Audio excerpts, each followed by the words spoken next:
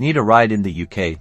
Let's ditch the hailing and learn how to book an Uber cab in just a few simple steps. First, open your Uber app. If you don't have it, download it from the App Store. See that bar that says Where to? Tap on it to get started. Now, type in your destination address.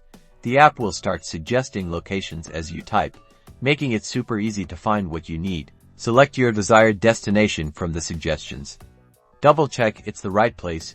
Uber will then calculate your fare.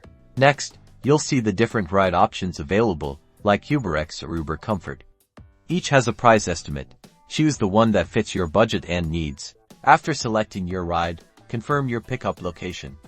Make sure it's accurate so your driver can find you easily. The app will show an estimated pickup time.